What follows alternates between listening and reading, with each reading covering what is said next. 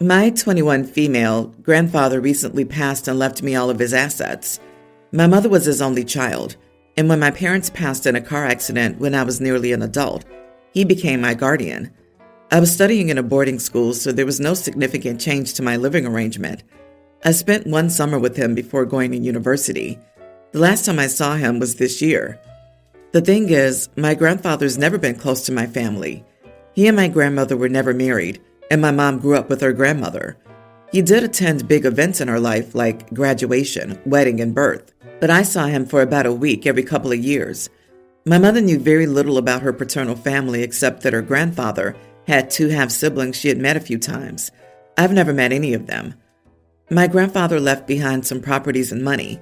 When I looked into it, I saw that he had been letting some of his nieces and nephews stay for roughly $100 a month in his place.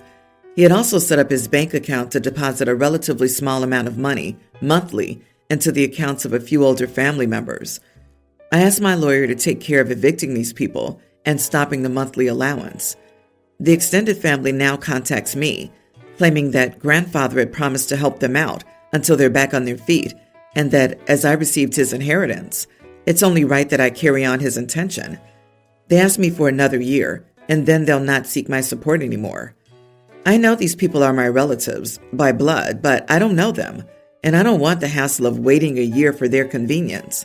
I'm not struggling financially, as I have a full scholarship, my parents' assets, and life insurance money, and I'm studying in a field that'll lead to a relatively well-paying job. Am I the idiot for cutting the support? Not the idiot. That he didn't specify in his will that you keep taking care of these people financially after his death means he leaves everything up to you. Just check with your lawyer that these people will not create trouble for you. I think you are the idiot for giving zero notice to tenants and relatives. Unbelievable callousness.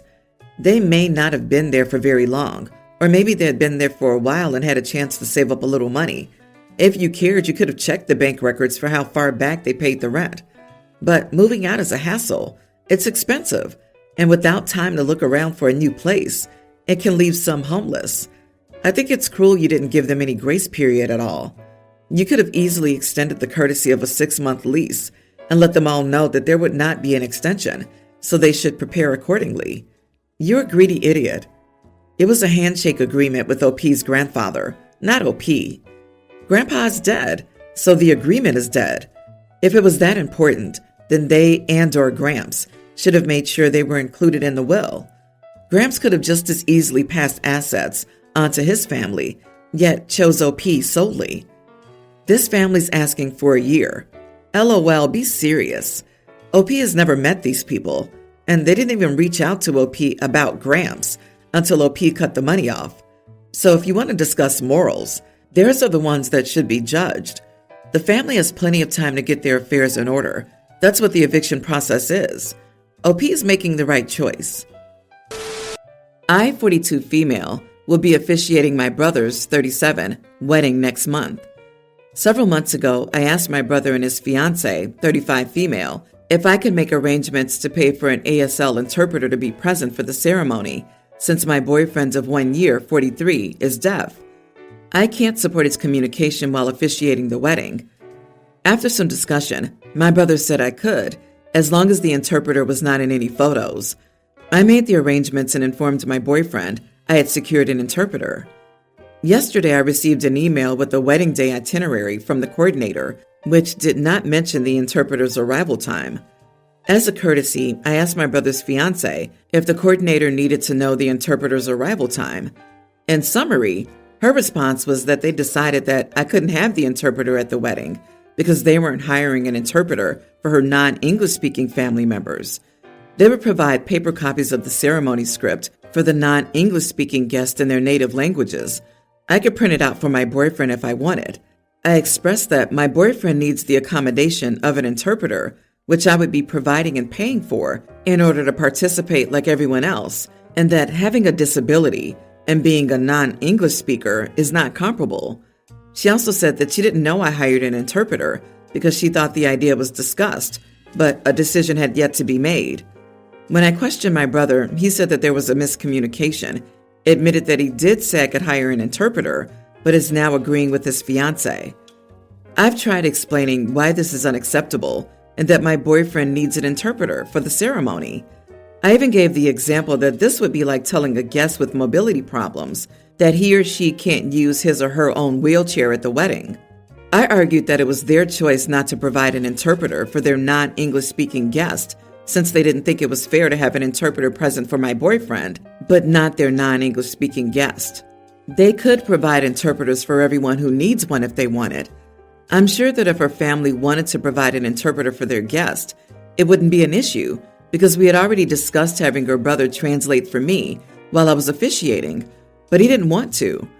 Am I the idiot for arguing with their decision to not have an ASL interpreter, which I arranged and paid for with my brother's permission, at their wedding to accommodate my boyfriend?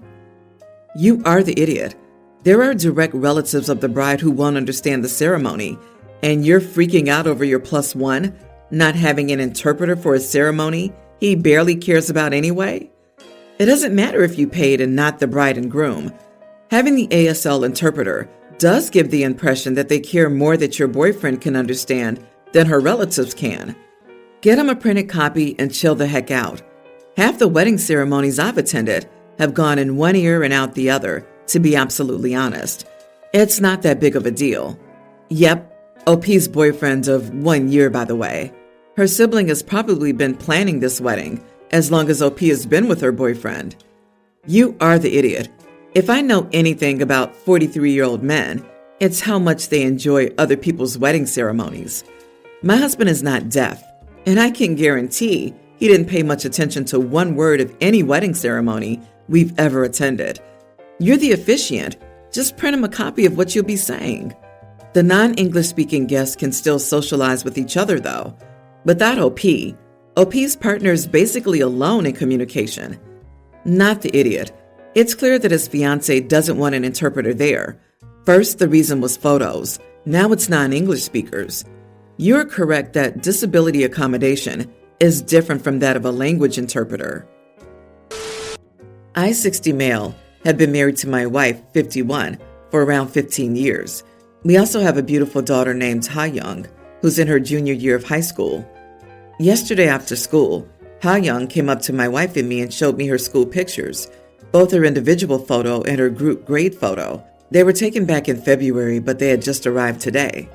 I complimented Ha Young and told her how beautiful she looked in the photos. I then told her how proud I was to see her grow up throughout the ages and showed my wife the pictures of our daughter. It did not go the way I thought or hoped it would go. Instead of looking at it briefly before saying something, my wife immediately pointed out to Ha Young that she was looking too downward at the camera and that her eyes looked strained and forced. At first I was a bit taken aback, but I just kept listening. My wife told my daughter that she would have to have rehearsals for school pictures with her for next year because, in my wife's words, Ha Young still doesn't understand how to properly pose, smile, and look beautiful for a school picture. I was a bit irritated, but I let it slide. What set me off, though, was my wife then said, Ha Young's picture's a failure. Honestly, Melissa looks the prettiest out of everyone. Ha Young got quiet and said, I'm going to be honest, my picture this year is really bad compared to sophomore year. I got mad that evening.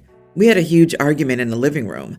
I told my wife she was being cruel to our daughter, and since school pictures were over, there was no point in being so picky. My wife retaliated, saying, even Ha Young says she doesn't like how she looks in her school picture. I was just being honest. I'm only trying to help her. She then went into her room and started crying, saying I didn't understand her. I will admit that I raised my voice while we were having that argument, and I'm seriously sitting here questioning whether I was an idiot or not. After our argument, I knocked on Ha Young's door, and I could tell by her expression that she had listened to every piece of the argument. I feel bad because I may have overreacted to something as simple as school pictures. Plus, I ruined my daughter's evening, and my wife's too. And I also made my wife cry. So, am I the idiot? Edit. This is not the first time my wife has said something like this. This is why I feel even more terrible, because I let my daughter suffer like this. I did have a word or two with my wife, but I always told Ha Young that this is just how she spoke and that she really loved her. I really want to cry right now, especially after overhearing Ha Young crying herself to sleep last night. She always kept a brave face around me and my wife, but it breaks me even more now knowing she feels like she can't talk to me either. I failed her. Ha Young always asked me every morning if she looked beautiful. She would always ask at meal times if she was overeating. I'm so afraid of the damage we both put her through for so long. I'm so scared she's going to develop an eating disorder. Not the idiot. I'm guessing based on the fake name that your wife is Korean. I know beauty standards there are super high, and she could be projecting her own insecurities and maybe even comments that she got when she was young. Of course, this is not okay, but it could be worth sitting down with her and having a talk. Being your daughter's age is challenging as it is, and having your own parents festering insecurity will damage her even further. Tears don't make a person right. Based on what you've shared today, your wife is a cruel woman and not a good mother. I suspect your daughter will have a distant relationship with her mother in her adult years. 100% your wife's fault. I bet she counts the days until she can be away from a person like that. That woman is doing harm to your daughter's self-esteem. You did right by protecting your daughter. It's terrible when her own mother is her biggest bully. So when my parents were expecting me, my mom decided to name me Catherine Elizabeth. My mom felt strongly about the name Catherine, and Elizabeth was a family name on both sides, so it was kind of a compromise name. Neither loved it, but my mom didn't like any of my dad's choices for a middle name, and my dad didn't like Catherine. With mom saying no to the middle name, they decided to use a mutual family name.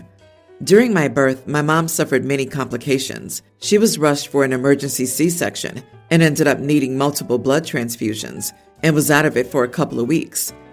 During that time, Dad decided he would name me what he wanted, since my mom had cut him out of choosing my first name, and I ended up with a name my dad loved, but my mom hated. She had no say in the name. When she was healthy enough, they were told they would need to pay to change it. Mom was bitter. My parents are still married but never recovered from it, and I 100% get it. My mom was betrayed and is angry that he went against what she wanted while she was at her lowest point. The thing about all of this is that I love my first name. I got the middle name Elizabeth still. I don't care for that either way, but I love my first name, even though my mom hates it. She always wanted me to be Catherine. After I turned 18 a few weeks ago, she asked me to let her pay now so that I could change my name. She said she regrets not doing it when I was a baby, but she admitted my name makes her so angry and brings the betrayal to the front of her memory, so she would love for me to wear the name she chose now. But I hate Catherine.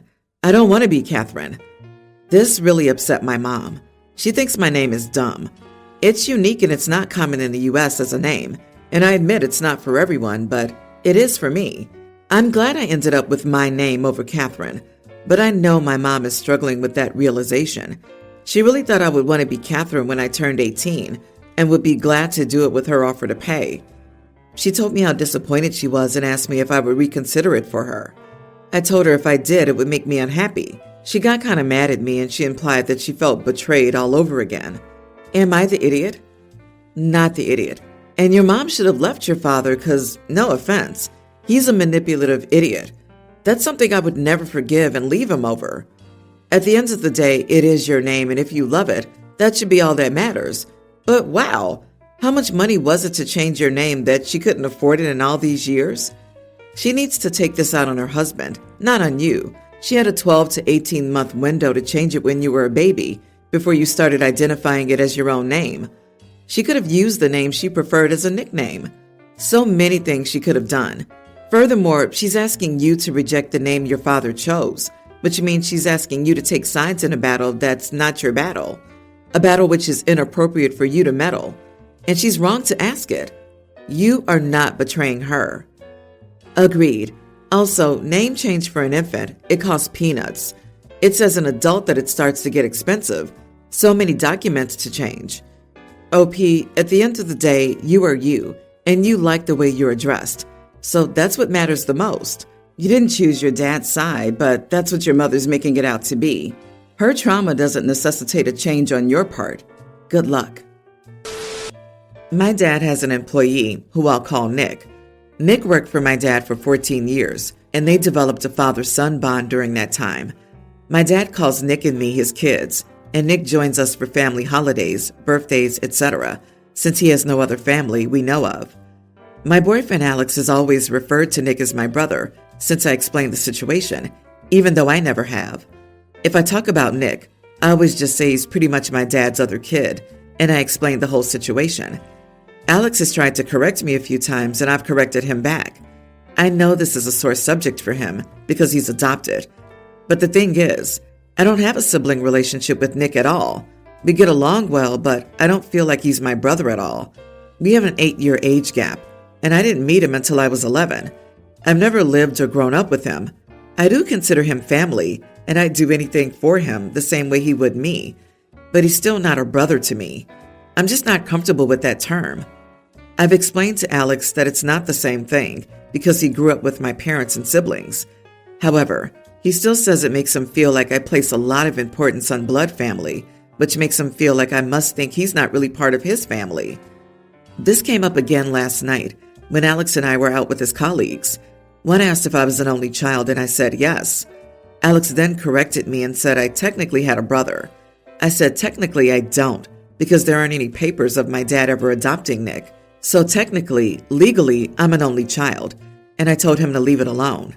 On the way home, Alex blew up at me, accusing me of valuing blood connections only, and saying he felt like I was invalidating his and other adoptees' experiences of family.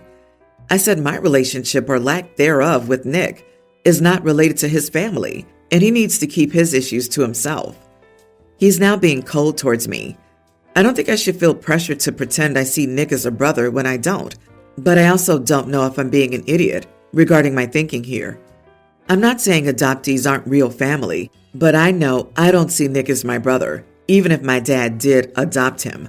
Am I the idiot for not referring to my dad's son as my brother? Not the idiot. You have a right to feel how you feel. Alex doesn't have to agree with that, but he does need to keep his mouth shut about it. It's not his experience, his place to say, or his place to publicly correct you about it. I mean, the darn audacity here. And this isn't even an apples-to-apples comparison to his experience. I agree that blood doesn't make a family, but you and Nick don't even have a bond other than being close to your dad. And the fact that he blew up at you and is now being cold to you would make me do a boy bye so darn fast, it would make his head spin. A compromise here, though. Could you call Nick your cousin? But sitting down with Nick and Alex and asking Nick to explain his feelings, etc., like he doesn't consider you a sister, etc. Obviously, pre-game this with Alex. Personally, I don't think it's a huge deal. And from your tone, you don't think it's a huge deal, but Alex does. And I don't think putting a little effort in will hurt. It'll show Alex you take his concerns seriously and are willing to come to a compromise, etc. No, she shouldn't be made to make someone his family that's not. No disrespect, but it sounds like your boyfriend is kind of a tool who doesn't respect your position about a relationship with someone in your life. He doesn't get to dictate that. You should sit him down and explain this because it's not his place to be trying to make these decisions for you. Unfortunately, his reaction has more to do with his own insecurities around adoption.